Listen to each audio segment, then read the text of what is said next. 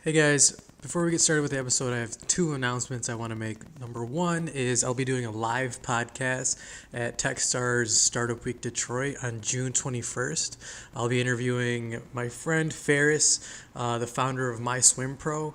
It's going to be kind of the same format that I usually am with the podcast. But it'll be live. We'll be going over, his entrepreneurial journey and different tips and tricks for people there. The second announcement is I have released the Jibs Journal. So the Jibs Journal is a bi-weekly, maybe monthly newsletter that will be sent out every week that kind of cover the tips and tricks that the entrepreneurs go over in the podcasts, some of their best practices, announcements that are coming up, exciting things that are going on, or just things that I'm thinking about. I really want to make this journal useful for people that are subscribed to it. So if you have any feedback on the journal that you feel like you want to give, please send me that feedback. And if you want to sign up for the journal, that will also be in the description. It's just about getting up and doing it and finding the time, finding the people and making it happen. You take control and you say, okay, this needs to be done, and you do it. And you're never ready to start a business. You just either do it or you don't. Welcome to the Jibs Podcast, showcasing Detroit's movers and shakers, bringing you stories that reveal the gusto and grit that's long defined the city and its people. Together, we'll uncover the history and direction of the Motor City, one voice at a time. This is the Jibs Podcast with Jibran Ahmed.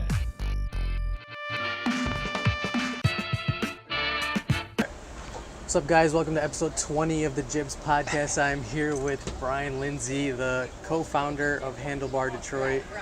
How are you, man? What's up? Doing good. It's Yeah. a beautiful day. Yeah. It's a super beautiful day, Yeah. and I'm excited because we're actually on one of the, what do you call these? Pedal pub is the term that, actually the Dutch writing up here is Het Fiets Café.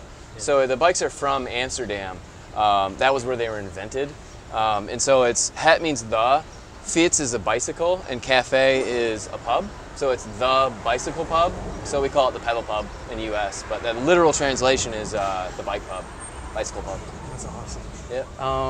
So why don't you just tell me a little bit about yourself and about what this is? Yeah, I mean, from I guess my brother and I started the HandleBar. Really, we're corporate America guys. We're both engineers, mechanical engineers. I'm in the auto industry. Steven is in the was in the aerospace industry with Rolls-Royce.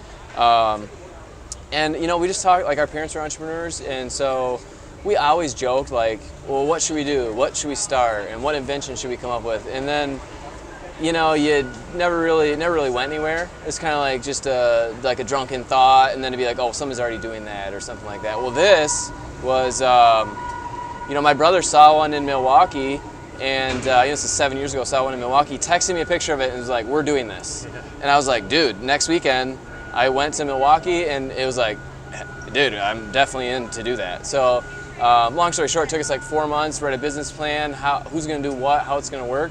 But honestly, man, it was just a side hustle. We just thought we'll get a bike and it will be kind of fun thing to do outside of work. And now it's gotten ridiculous. It's a real business and stuff. So, yeah. Which is a good problem to have, But yeah, it's been a wild ride. So How many years ago did you start it? So this is our 7th year. Yep, we started. So we're both from Michigan. My parents actually grew up in Detroit. My dad was actually a Detroit cop.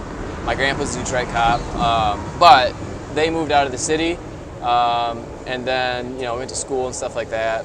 My brother moved to Indianapolis. That's where we started. So anyways, we're Michigan boys, Detroit guys, Detroit family, but we started in Indy because it was legal.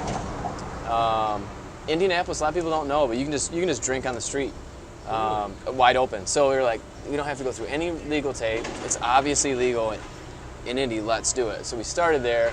And then, call it our true love maybe would be Detroit. And then working with the government and stuff, we're able to approve it. And then we started in here as well. Yeah. So actually, kind of talk about that process. Was that really difficult to get that approved? Oh, we had no idea what it was going to be like, man. It was, so Indy was the kind of the good old boys. Well, it's legal to drink on the street. This is awesome. This is pretty cool.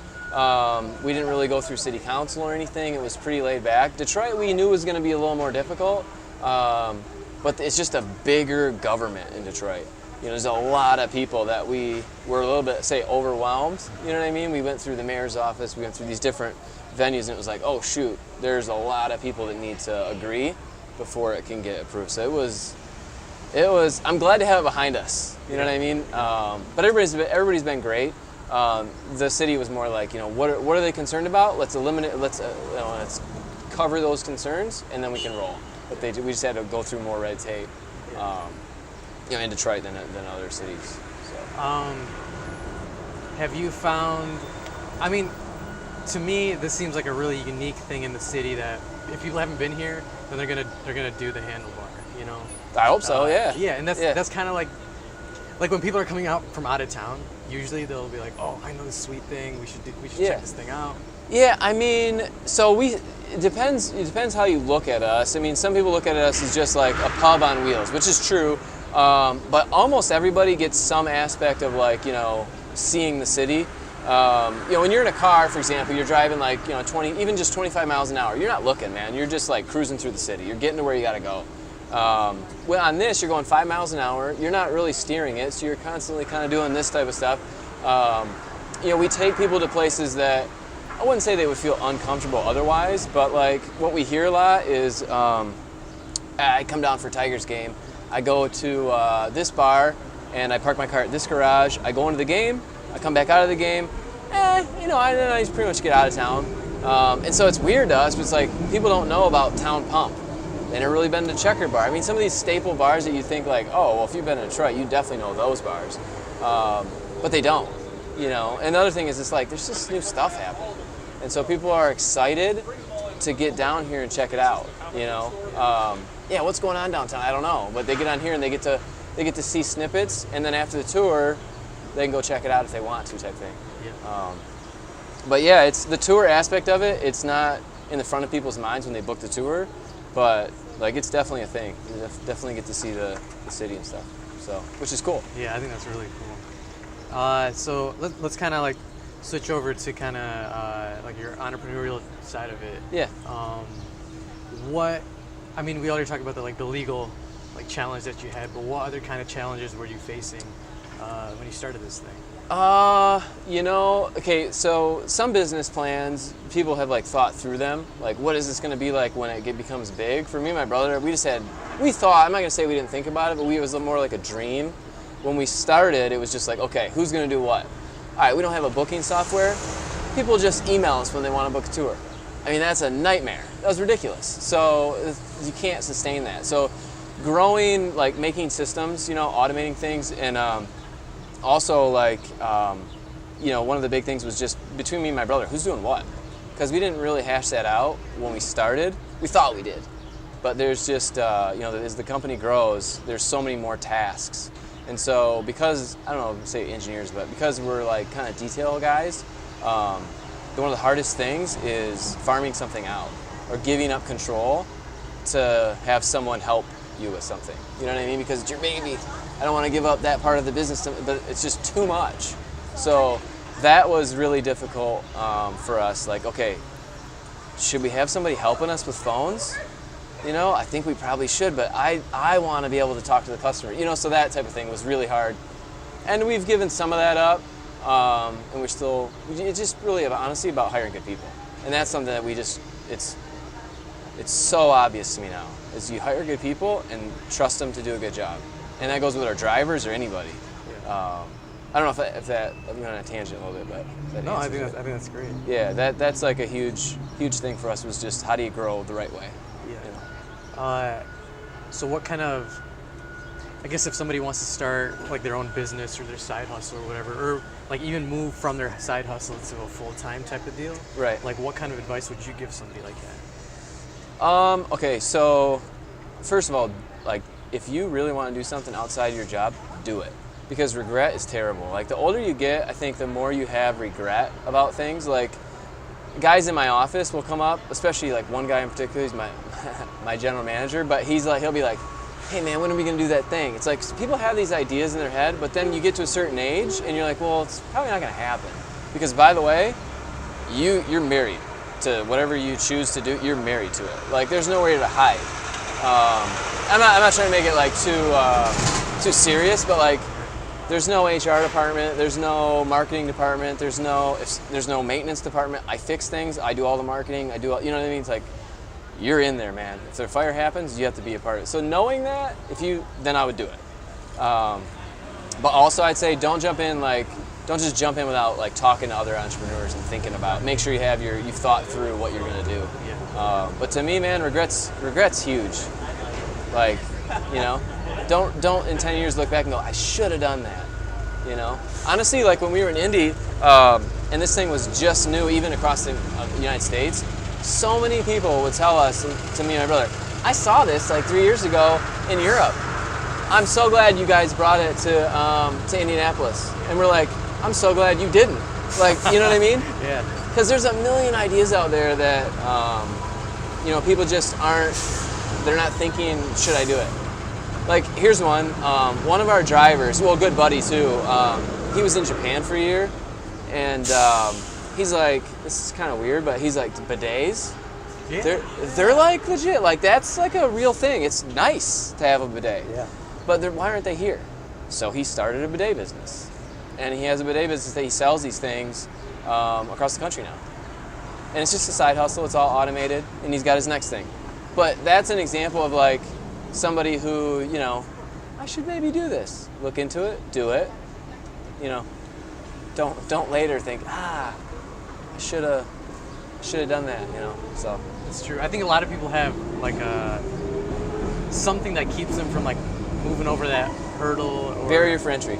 Barrier for entry, but then also like they don't want to move out of that comfort zone of having that full-time job. Yeah. So can you talk about, you know, obviously you have a job, so how are Yeah. you balancing these two things, and how did you become efficient at being good at both? First of all, I wouldn't say that I'm good at balancing things because I have a wife and a daughter, which my wife's awesome, and she's basically the reason why I have like been able to do it. But I also went from 5 days a week at Toyota, because I'm an engineer there, to 3 days. So the guys at work are like pumped about HandleBar, at least they tell me they are. And so they're like, all right, let's make a position so that we can sort of let you still do HandleBar, because they've done it and they like it. So, but you know, eventually you gotta decide, right? But I've been kind of lucky in that. Let me step back. Honestly, one of the coolest things is it's all cloud-based now. Like 20 years ago, you couldn't run a company and do a desk job. You just no way, period. Nowadays, like I have my laptop, you know, and it's got everything I need on it. It's all on the internet. So if I need to, I was like 30 minutes early for a meeting yesterday, and I knocked out like some of my payroll stuff because it's just right there. I got 30 minutes, move on to the next thing. So that type of thing is just crazy nowadays. How you can run a business. I mean, you can't really run this one 100%, but you can do a lot of it from your laptop on an on-demand basis when you have time, you know. That I think that brings up a good point. There's a lot of things that people can start companies now because so many processes are like automated, like you're talking about. Yeah. So for you, what are some of those tools or softwares or apps that you like to use that have helped you grow this? Yeah, we're always, just yesterday I had a call with a company. It's like we're always doing things to automate and try to be more efficient. Like that's like how I'm wired. Remember, our wired is like always looking for that type of thing. I will say I have a secret admirer.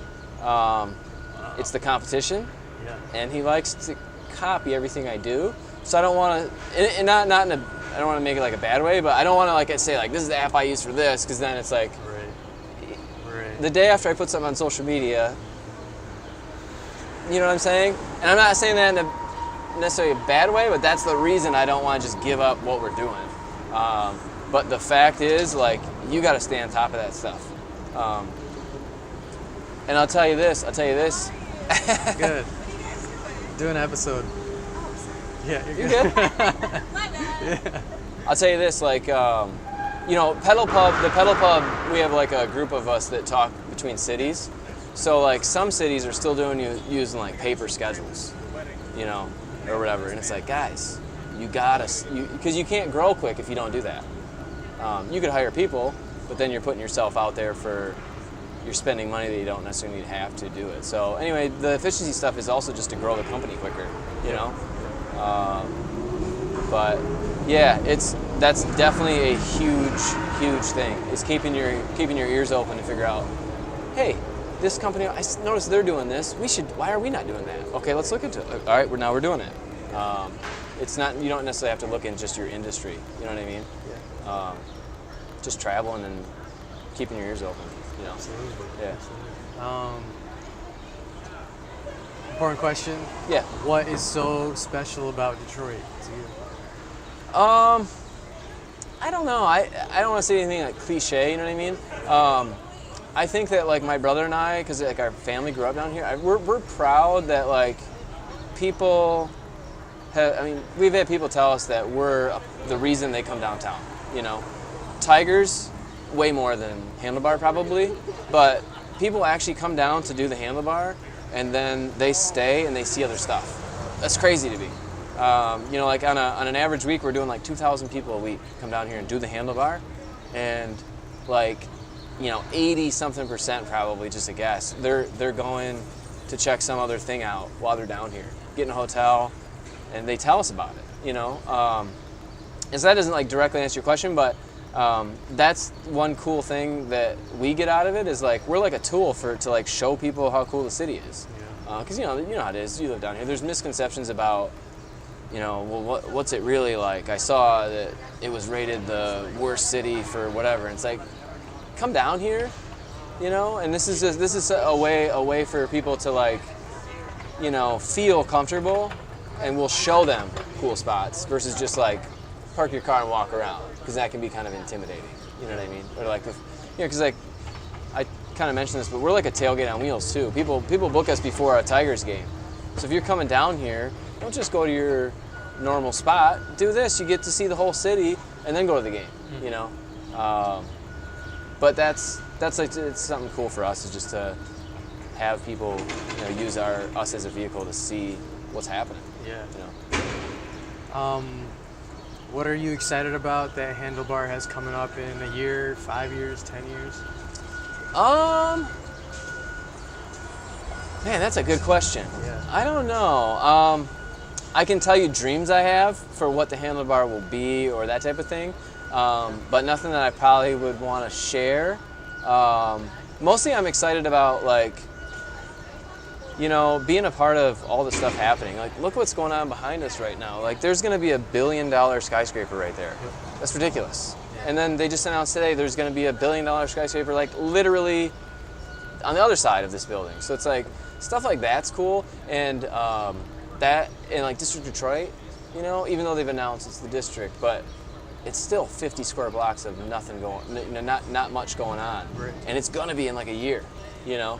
So being able to be a part of those, because we're lucky. We're not like a brick and mortar that, you know, well, we're over in this corner. We get to, when something new's happen, we go. Like, that's where we get to go. So, you know, when the district opens up, when these skyscrapers go up, we're linked in with Bedrock, so we can do events. We can do cool things with anybody downtown. So when something cool happens, it's really easy to be a part of it. You know what I mean? Which is we're a very unique business in that way. You know, we can just say, hey guys, we should partner up. Let's do some tours before your event. It's like, okay, cool. So, which is that part's exciting. You know, knowing that we have potential to be a part of that. Yeah, for sure. Well, cool. For people listening or watching, where can they find you, or where can they book one of these if they want? Yeah, so HandleBarDetroit.com. It's obviously a play on words. Handlebar from a bicycle, and then bar like go drink at. But HandleBarDetroit.com. Our whole calendar's online, so you can just like toggle around and see what dates are open and available. We just added 2 new bikes last Saturday, and it's been crazy. But there's 2 are still open, so you know, get in there and book them before they get snatched up. Yeah. Well, cool, brother. I appreciate you being on the show. Yeah, for sure. And for everybody listening and watching, stay tuned until next time. And we're gonna get you on a ride. We're gonna get you on a ride soon, right? Yeah. All right. Cool. I want to be on a ride. All right, cool. Thanks, man. I appreciate it. Cool.